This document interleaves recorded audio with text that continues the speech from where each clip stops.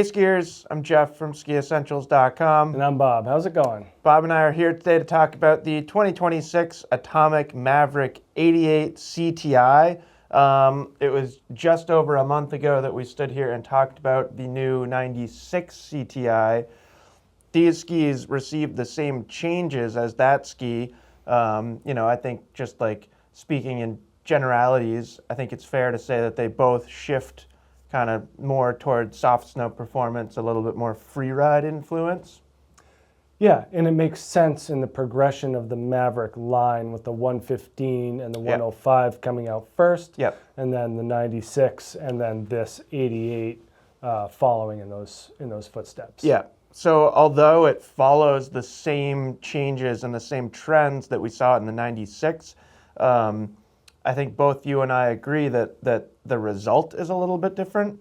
The 88 and the 96 do feel like they have slightly different personalities. So although a lot of this will be similar to when we talked about the 96, I think there's some important differences too.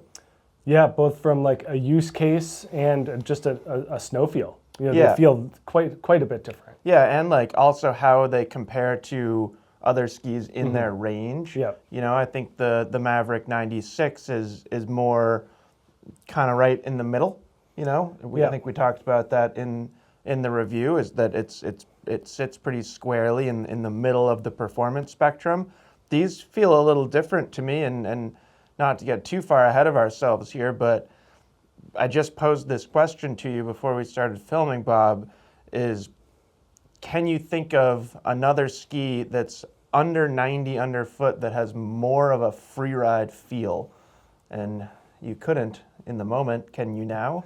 No, it's been 5 minutes. Yeah, I wasn't. Surprisingly, my brain wasn't filled with that for 5 minutes. But no, I mean from a directional free ride ski perspective, and one of the higher removing twin tips. Yeah. Tough too.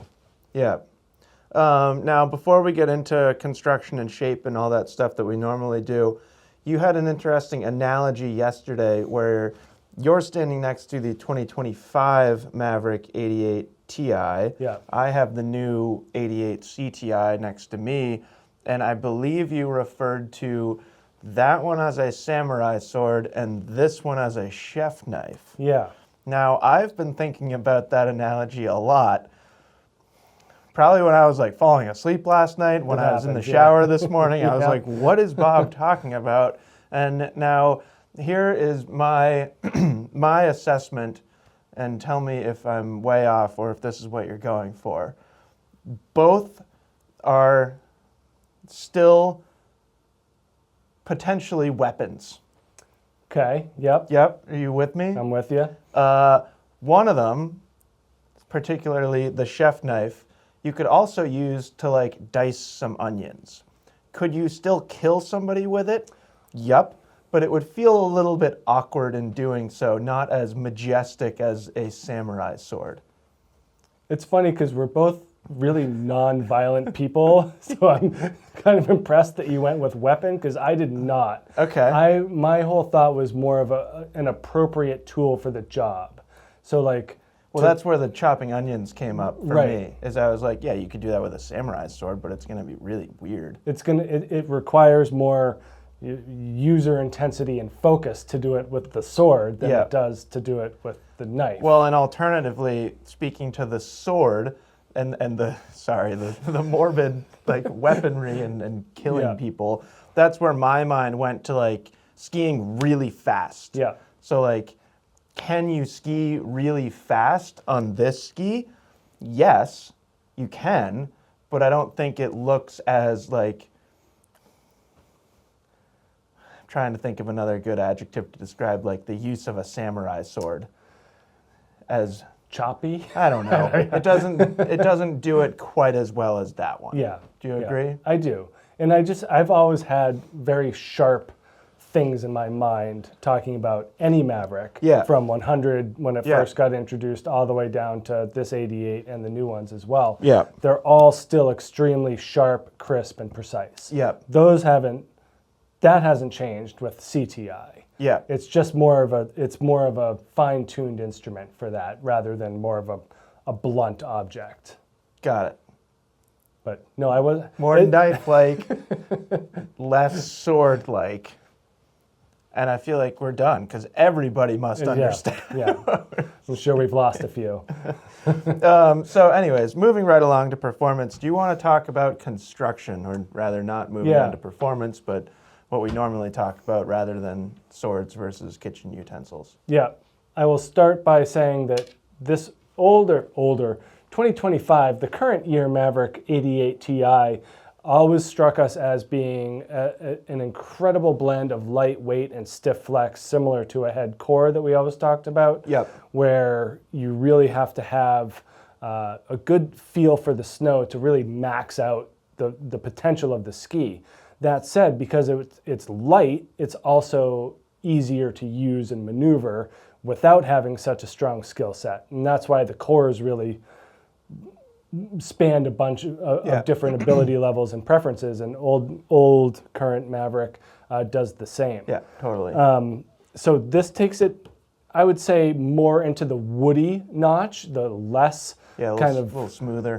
More smooth. It uses their blend of poplar and ash as opposed to full poplar, so relying on the heavier and denser ash wood to do more of the lifting. Carbon infused as well, and Titanal, especially underfoot, do most of the damping. The carbon adds the energy, and the Titanal with the ash really helps keep the ski nice and stable and quiet. And it definitely has a different din to it on the snow versus different sound. Yeah, different feel, sound versus the 88 Ti. And a little bit different of a sidewall shape too. Less sidewall throughout. It goes to, they use their Duracap construction, and you kind of get a little bit less sidewall in the CTI version and more of a rounded feel in the top sheet. And those things are certainly filtered down from the wider ones. Yeah. And we had noticed as well, these aren't the same length, 179, 176, but if you kind of match them tip to tip, a longer edge in the 88 and the TI, and less in the CTI. Yeah, and that vertical sidewall just extends a little further in the 2025 and previous models. Yeah, and I mean, that's pretty much it for construction. You know, Horizon Tech 3D is really one of those aspects that blurs the line between construction and shape. So it is a new Horizon Tech. It's an insert really with this one, as opposed to simply a thinning of the core in the TI version. So there's more engineering in the 3D version, and it is extended down into the ski more. So that's gonna play into the shape and the performance of the ski, especially in softer snow. Weight about the same, 1,740 grams ish, mid 1,700s, so still very light. And you definitely feel that when you ski them. Yeah. And then slightly softer flex pattern, but it's slight. Yeah, I mean, it's really like, this is where I'm noticing it. Is right in the shovel. Right in the shovel. Yeah, yeah, totally. And it's like, yeah, just a little bit. I mean, throughout the whole thing too, but yeah, I think most noticeably right there. So same weight, little softer, and smoother overall snow feel. And then shape is interesting. Like Bob was saying, that the Horizon Tech is longer, so it comes down further into the ski. Interestingly, if you want to put those together, Tip Rocker's about the same. They post the same measurements of 15%, 75, and 10. Yeah. And so I couldn't see a notable difference. Yeah, so really, if anything, like if you want to talk specifically about shape, the changes to the profile of the shovel are all from Horizon Tech, not from the amount of rocker. Same thing with tail rocker. Tail rocker's about the same. We'll talk about side cut dimensions in a second here, but pointier tails, and we kind of get that in the shovel as well. And then similar amount of camber underfoot, I think. That one might be like a touch higher. It's tough to tell. Tough to tell. So rocker profile is really about the same. The big difference from that ski to this new ski, both the tips and tails get wider and more tapered, as we just looked at in the tail. And that does a number of things. It gives the ski a little bit more looseness in varying situations. It also takes the turn radius down, 1.5 meters? Yeah, So I'm now a 16.5 meter turn radius in this 179. And this is like 18.2. Yeah, and like that's a pretty big difference. For same ski? Yeah. Yeah, 18.2 to 16.5. That's, it's not crazy different. Not like going all the way down to like 14 or 15, but still, those are different turn shapes. Yep. So that's pretty much it for construction and shape, I think. Yeah, it's quite a different ski. It has a whole different construction. Yeah. And then what you're pointing to with the shovel. The taper and the shovel is a huge part of it. Yeah, that and the shorter turn radius are very different properties from this more straight shooter, longer effective edge, smoother overall feel, and a carved turn. Yeah. Do you want to talk about performance? Love to. So I thought we would do something a little bit different for this. We're going to go in chronological order with the footage that we have. Because I was just trying to think of something different. So our first time seeing these new Mavericks was back in January, and a lot of the footage from that day we used in the 96 review. We also have some of Brad on the 88 from that day. Obviously, neither Bob nor myself are Brad, but we've worked with him for a really long time. Yeah, and we ski with him a bunch. We ski with him a bunch, so I think we can kind of speak to like what works well and doesn't for a skier like Brad. And I think we both agreed that this is a great Brad groomer ski. Yeah, he's normally on like an Enforcer 100. Like from 2 years ago, he loves that thing. Super solid, damp, smooth. He really likes it. But he doesn't ski groomers all that much. He's more adventurous and more in the woods. And when on groomer, he's more of like short turn and like a lot of quickness and energy, which I think this ski has a lot of that in its personality. It doesn't want to just do like long, drawn out carves. It does like to ski with a fair amount of skier input and like some quickness. Yeah, I think anytime that you're shortening that arc, but you still have a robust construction, it's harder to make the ski vary from that stated arc. Yeah. If anything, Brad was getting it to go shorter. I think it's tough to get it to go longer. We also skied, it was really, really cold that day. And we didn't have like great fresh snow, but we skied top of the gondola, the little waterfall pitch. And I thought Brad looked great on this ski. And I think like that's a pretty darn good little snapshot of this ski's performance. Is it's going to make quick and responsive turns on groomers. And then if you want to take it off trail, it is perfectly happy doing so. And if anything, it does it considerably better than that trail or that ski when it comes to like forgiveness and ease of releasing the edge and all those things. Control is a big one that popped into my mind in writing the article was, and then watching Brad ski that zone was, there's a lot of control there. He's not off course at all. And he's not skiing like fast. Right. He's skiing deliberately and in control. So I think that's interesting. The next footage that we have, we got to fast forward quite a bit. I do believe we skied it in between these dates, but we're going with our plan of chronological order of footage. And you've seen this footage before. It is me skiing the Maverick 88 CTI with Matt behind me on the Maverick 96 CTI. And I don't believe we pointed that out in the 96 review. I think we just kind of left it like, said here's the vague. Here's some footage that there's a 96 in there. And I think watching that footage is pretty telling because you can see this ski do some things that the 96 didn't feel as willing to do. And that is mostly, like you were just talking about, a shorter radius turn. Yeah, it's funny to watch Matt have to, like you don't see him stivot like a lot, but in trying to match your turns, he had to throw it sideways for a second to match arcs. Yeah, and I was not making specifically quick turns. It's not like I was trying to like gas pedal it into a short radius turn. I was just kind of doing my thing and cruising, and like I didn't know what was going on behind me, but in my head I was like, yeah, these are very reasonable turns for somebody to match. And it's interesting watching the footage back because, yeah, you can tell that this thing definitely has a sharper kind of finish to a turn than the 96, which is both coming from shorter turn radius and from just it's narrower. It's quicker edge to edge. Everything happens a little bit more quickly.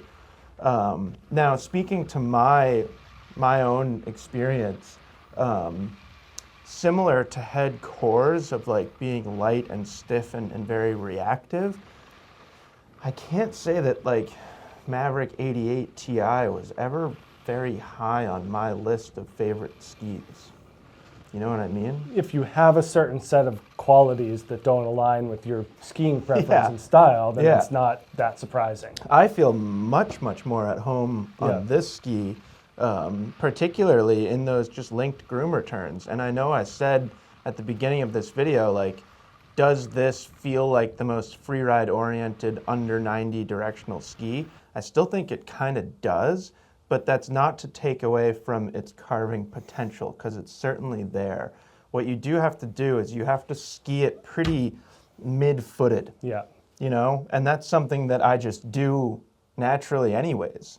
You know, if I'm starting a turn with the shovel of a ski, I really have to think about it and like do it purposefully. Yeah. If I'm just skiing, like cruising along, my weight's pretty centered, I'm pretty balanced.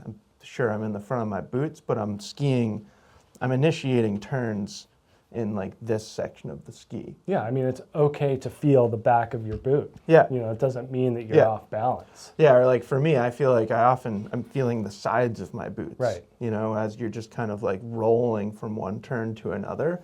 And this ski does it really well. I think if you're the type of skier where you're trying to just drive the shovel to start your next turn, that's where you can feel it wander a little bit because of this shape and like kind of the lack of torsional stiffness right there. Yep. So I think we were on March 13th there. Bob, now we're moving on to March 27th, and you had a fantastic day on this ski. Yeah, there was a bunch of new snow. You skied choppy hayride. Choppy hayride. You skied bypass woods. Bypass woods. You skied some soft moguls. Yeah. And you skied some super soft moguls on national. Yeah, and that was firm underneath, just, I remember. Okay, it looks soft when you watch the footage. Yeah, the snow puffs up, but there's something going on. So, you know, my instinct, looking at this ski's shape, looking at that terrain and looking at the conditions and the footage and everything, is this should be a better performer than the outgoing 95. Did you find that to be true? That was my experience, and you know, we've had this discussion, but opposite you, I got along great with this light and stiff 88 which Ti. is not surprising. Same with, you know, give me a head core 87. Right. Same thing, I really enjoy. Yeah, please don't give being me able either one. to bend those skis and get them to come around and feel the energy, because they're such a unique blend. This one, the new CTI, really offers a new sense of mobility in those situations, and again, coming back to control. A little bit of forgiveness. Yeah, and that's what was kind of lacking from the 88 Ti, and you could move it because it was light, but you couldn't get the same type of feel as you can with something that has a little bit more flex. Feathering. Yeah, that one's a lot easier to feather and just a more flowy ski. So you just can feel how the ski hooks into the turn easier to steer in trees, and then really, really fun in bumps. It's definitely one of the top new mogul skis for 2026 that I've been on, because it has the attributes that I like, which are a slightly forgiving but not floppy shovel, and then a nice flat and supportive tail. And then I think 88's just a great place to be. You know, sure, you can go narrower and get quicker turns, but for most kind of modern mogul shapes, it's not necessary. Well, and like that, the conditions that you were on Gondolier. Like powder bumps are... But still, like, to me, a narrow bump ski in that wouldn't have been as fun as this. No, I mean, in that you can make an argument that the 96 would have been Sure. more enjoyable, but you got to pop out and ski the rest of the trail. So. Yeah. But yeah, it was actually nice having the more supportive build in that national section too, where it was firmer underneath. Yeah, that makes sense. And that's kind of, that's a nice nod to having a ski that's 88 millimeters underfoot, is that you can deal with adversity really well if it pops up. But yeah, I thought trees were great. Trees and bumps were a highlight, standout for me for sure. Yeah, I mean, you were in deep snow. Yeah. In those bypass trees. Yeah. And I can't think, obviously I'm not you, and I wasn't skiing that terrain. I think I left to ski with my mom at that point on that day. But again, speaking to skis under 90, I can't think of anything that would have been easier in that situation. No, and these are, for me, they're fine in soft snow. They handle it great, but those are a little better. Yeah. So it's I know I've said this about other skis, but it feels like quite a good stow ski. Yeah. Ski some groomers, go ski some bumps, go ski some soft snow in the trees, and it's not going to flinch in any of those situations. Right. There are, as we also say often, there are skis that outperform it in any single one of those categories, but if you're an all-mountain skier and you want something under 90 and you're truly an all-mountain skier and you say you split your time 50-50 on and off piste, then pretty darn good choice. Yep. Now, moving on, this is going to wrap up our chronological order. You skied it the next day, too, and it had stopped snowing at that point, so you skied it, I think you skied classic nosedive S-turns with a little bit of leftover soft snow, and then you got to rip some Perry Merrill turns. So we started talking on piste with Brad and myself. Let's bring it full circle. How was your on-piste experience? You covered a lot of it really well, and I had a similar experience where from the first third back, it's very positive. Here. From there back, it's very positive. Yeah. It's a 179, so that's pretty short I'm for going you. to reserve full judgment until I get on the 185. Yeah. But having that extra taper in the shovel and a little bit more flex just made it a little bit more nervous at speed. For you. For me. Yeah, so, it's the opposite for me. Yeah. And I'm the tip driver. Right. That's my style. I'm looking to get the pressure in the front of my boot, start the turn from the tip, and ride it through the tail. Right. You have to be more aware on the new CTI that you want to ski. You're more lateral. Yeah. And that's just that's more of a modern freeride style, and totally. It's no wonder that ski design follows style. Yeah. And that this trend in general. Yeah. The past 20 years, slowly things have essentially gone from more like the 95 or more like the 88 to more like this new 88. Yeah, I feel, and to the credit of our ski season, we never really got to ski this on hard, firm snow. Really just the media day. Yeah. That January day with Brad on it. Yeah. That was the firmest conditions that I think collectively we as Ski Essentials had it on. I feel pretty confident saying it's not going to love firm snow. Not because in, then you kind of need more bite up in the shovel. Not in long drawn out turns, but I think you can make short little quick turns just fine. Yeah, the highlight of this ski on trail is that mid range, that mid radius, mid speed carve, and I think that when I was on Perry Merrill, I was very much riding the ski as opposed to driving it, and I think that that's a big difference between the CTI and the TI. Is this was easier to, or not easier to drive. This ski was more comfortable when driven. Yeah.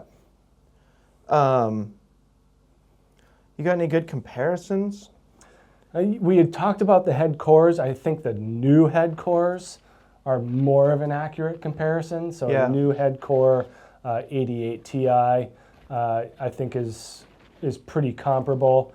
We're almost in ripstick territory. That's what I was just gonna say. Is it fair to bring ripstick up now? I think so, because you're dealing with the same type of shovel philosophy. I mean, it's more ski. Yeah. It's definitely stiffer, but it does kind of feel like it's starting to lean more towards that style of performance, like a little bit more agile, a little bit more soft snow focused, a shorter turn radius.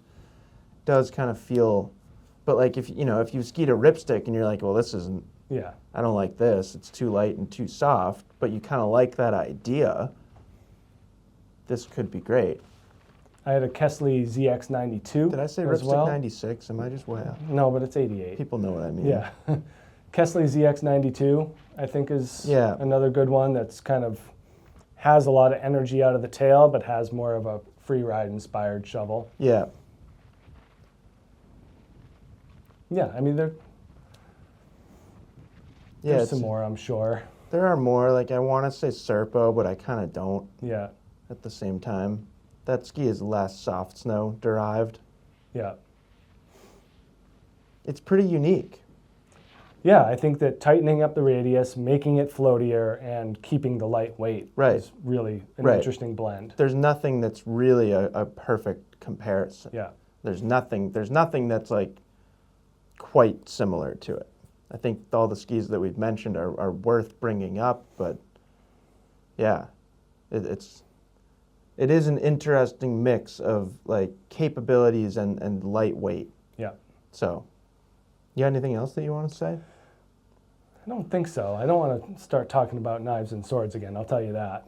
It's really hard to tell the difference when you're going through footage and photos between the 88 and the 105. Very similar graphics. Yeah. So basically they're like the same color but inverted, and the gray and black color scheme is pretty tough to differentiate between, but I think we did it. Yep. So yeah, it's a great new ski. I think they definitely they captured kind of the attitudes of the previous Maverick 88 Ti, and I think they've kind of taken that and run with it. Can I take like a small amount of credit for the new direction of the Mavericks, whether it's a good thing or a bad thing, that's up to you to decide, but I at least filled out some feedback forms that Atomic asked me to fill out a couple of years ago, and my recommendation was to shift them all slightly more free ride. Even this one? The whole line. Okay. Yeah. I would have liked to see more progression. So this stay more the same and then be more free ridey. Like they definitely seem like they're all now the same thing, just different dimensions. Yeah, but like we were saying, like this and the 96 have pretty different characteristics. The 96 starts to feel very surfy. Yeah. And this doesn't. It's more maneuverable and more agile and just better overall in soft snow, but it doesn't get to that surfy spot. Right. Would you agree? Not as much, and certainly, but way more than TI. Yeah. So, yeah, let us know if you have any questions. Other skis that you want us to compare it to, if you want us to talk more about 88 to 96 differences, just let us know, and we're more than happy to do that. Yep. But, yeah, I think they've done a good job, and I also I know that you were saying that you wish for a little bit more progression, but I personally kind of like how this and a 115 sit in the same collection and makes sense. Yeah. You know, similar to like how a QST 94 sits with a QST X. Yeah. Like they're drastically far apart for width, but you're like, oh yeah, that makes sense. Cores too. Yeah. I mean, older cores, specifically 87 to 117 or whatever it was, but. Yeah. So let us know if you have any questions, and we'll talk to you soon. Bye.